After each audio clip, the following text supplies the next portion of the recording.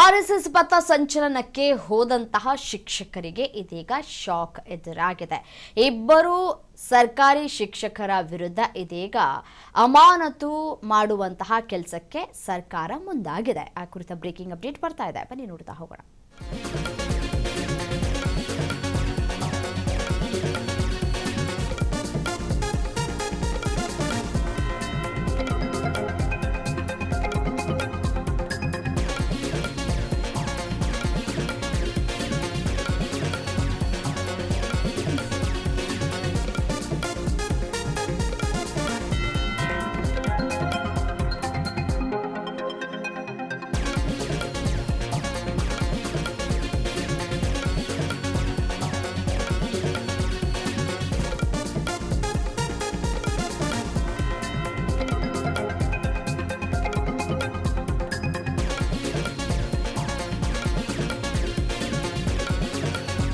RSS ಪಥಸಂಚಲನಕ್ಕೆ ಹೋದಂತಹ ಶಿಕ್ಷಕರಿಗೆ shock ಕೊಟ್ಟಿದೆ ರಾಜ್ಯ ಸರ್ಕಾರ. ಇಬ್ಬರು ಸರ್ಕಾರಿ ಶಿಕ್ಷಕರನ್ನ ಅಮಾನತು ಮಾಡಲಾಗಿದೆ.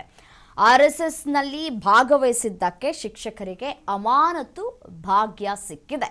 ನಾಗರಿಕ ಸೇವಾ ನಿಯಮ ಉಲ್ಲಂಘನೆಗೆ ಇದೀಗ ಇಲಾಖೆ ಚಾಟಿ ಬೀಸುವಂತಹ ಕೆಲಸಕ್ಕೆ ಮುಂದಾಗಿದೆ.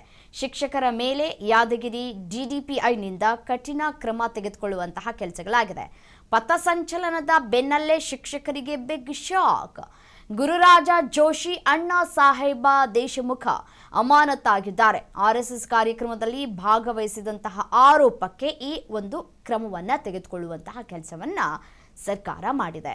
ಹುಣಸಗಿಯ ಸರ್ಕಾರಿ ಬಾಲಕಿಯರ ಪ್ರೌಢಶಾಲೆಯ ಶಿಕ್ಷಕ ಗುರುರಾಜ್ ಜೋಶಿ, ಹಾಗೆಯೇ ಕುಪ್ಪಿಯ ಸರ್ಕಾರಿ ಕಿರಿಯ ಪ್ರಾಥಮಿಕ ಶಾಲೆಯ ಶಿಕ್ಷಕ ಅಣ್ಣಾ ಸಾಹೇಬ್ ದೇಶಮುಖ ಅಮಾನತಾದಂತಹ ಶಿಕ್ಷಕರು.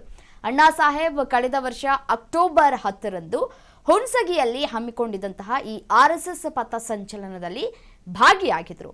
ಕಳೆದ ವರ್ಷ ಅಕ್ಟೋಬರ್ 12ರಂದು ಗುರುರಾಜ್ ಜೋಶಿ ವಿಜಯಪುರ ಜಿಲ್ಲೆಯ ತಾಳಿಕೋಟೆಯಲ್ಲಿ ಹಮ್ಮಿಕೊಂಡಿದ್ದಂತಹ ಆರ್ಎಸ್ಎಸ್ ಪಥಸಂಚಲನದಲ್ಲಿ ಭಾಗಿಯಾಗಿದ್ದರು. ಶಿಕ್ಷಕರಿಬ್ಬರು ಕರ್ನಾಟಕ ನಾಗರಿಕ ಸೇವಾ ನಿಯಮ ಉಲ್ಲಂಘನೆ ಮಾಡಿದಂತಹ ಹಿನ್ನೆಲೆಯಲ್ಲಿ ಈ ಒಂದು ಅಮಾನತು ಮಾಡಲಾಗಿದೆ. ಅಂಬೇಡ್ಕರ್ ಸ್ವಾಭಿಮಾನಿ ಸೇನೆ ಜಿಲ್ಲಾಧ್ಯಕ್ಷ ಜುಮ್ಮಣ್ಣ ಗುಡಿಮನಿ ಅವರ ದೂರಿನ ಅನ್ವಯ ತನಿಖೆಯನ್ನು ನಡೆಸಿ ಯಾದಗಿರಿಯ ಶಾಲಾ ಶಿಕ್ಷಣ ಇಲಾಖೆಯ ಡಿಡಿಪಿಐ ಅಮಾನತು ಮಾಡಿ ಆದೇಶವನ್ನ ಹೊರಡಿಸಿದ್ದಾರೆ.